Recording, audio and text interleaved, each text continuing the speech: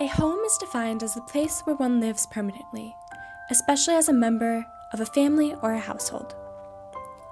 An institution for people needing professional care or supervision of or relating to the place where one lives. Return by instinct to its territory after leaving.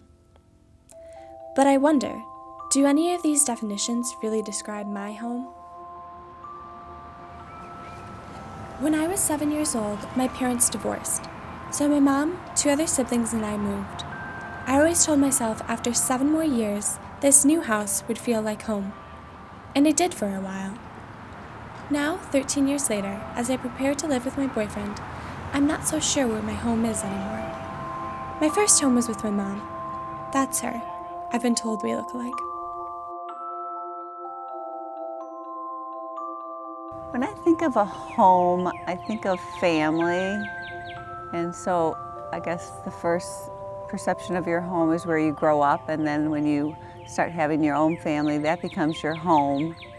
And it changes through the years, and as the kids leave and go off to college, the home takes on more of it's just a house, and it's no longer a home.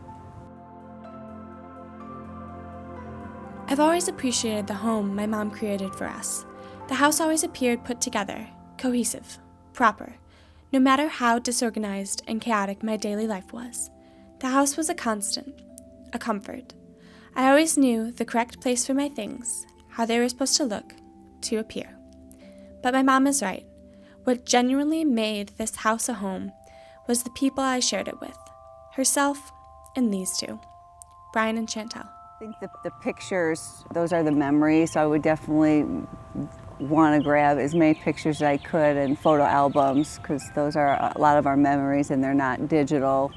We have a lot more through the years that now are digital that we could access, but there are some that would be lost forever. So I would definitely grab pictures, some of the things that the kids had an attachment to growing up. I think I would want to make sure I got some of those things that we still have here in the home, some of their toys that we've held on to and that we'd like to share with their children sometime. I still cherish the things I had an attachment to as a child. These things helped me feel comfortable and at home when my home was so far away. But no matter how cute these kangaroos are, it's not them I had an attachment to, but rather to whomever gave them to me, no matter how old I get or how far away they are. My mom's house holds a great deal of memories from my childhood, cherished memories of home. But it was not the only place that I considered home when I was young.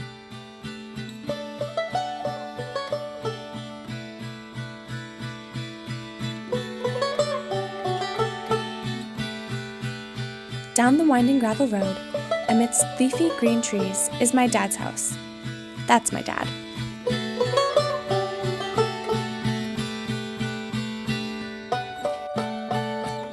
Home, I think, is something different for everybody. The home is where I have the freedom to be the person I want to be or do the things I want to do. When my dad first moved out here, I disliked every part of the area. I wanted to tear out the weeds, landscape the land, organize nature. Originally, the house seemed like a problem to be corrected. Now I look at the area as a safe haven, always accepting of natural chaos. Everything about it is a result of something I've done.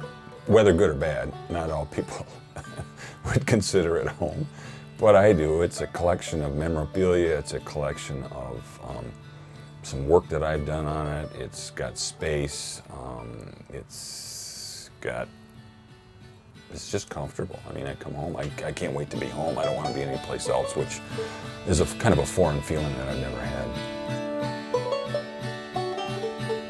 As the time came for me to leave my homes and head off to college, I worried whether or not I would have a home again. It seemed impossible in this land of endless possibilities to find that comfort I've always had.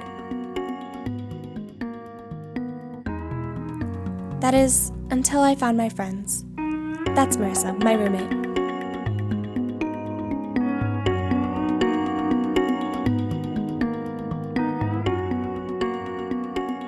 College a home because I feel safe and comfortable here, and I get to spend time with my friends who I live with.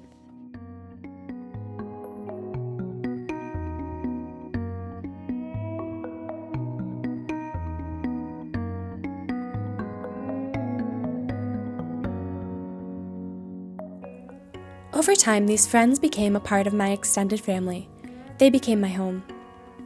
We worked together to create a home for ourselves out of the barren white walls and dorm furniture.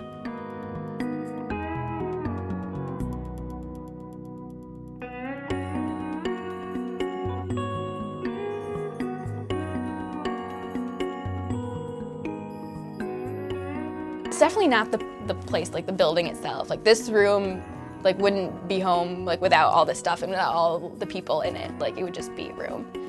But so we can take the things and the people with us and make a home anywhere. The dorm with my roommates turned out to not be the only home I had in Kalamazoo. Down the road, in dingy college housing, I was able to reconnect with another home of mine.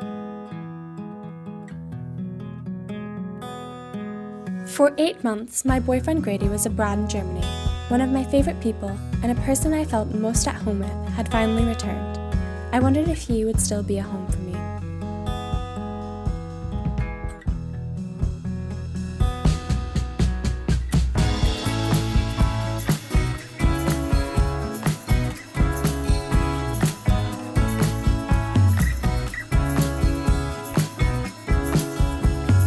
Place or a thing or a person that you're comfortable with, and it's kind of a whole new brand of comfortability that makes what we call home home.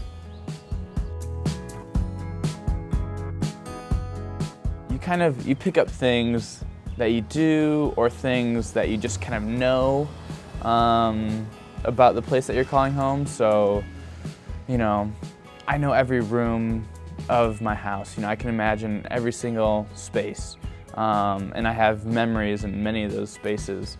And you know, through those spaces, I have relationships with people or with activities or those kind of things. And so you build this network of things that develop an atmosphere of home.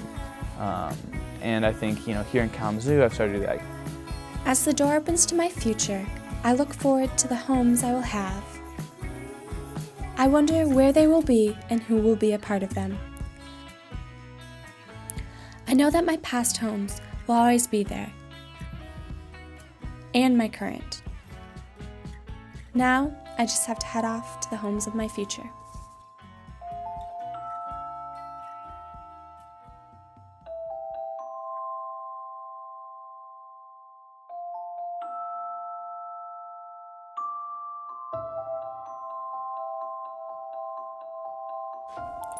Oh yeah, and that's my cat Richard.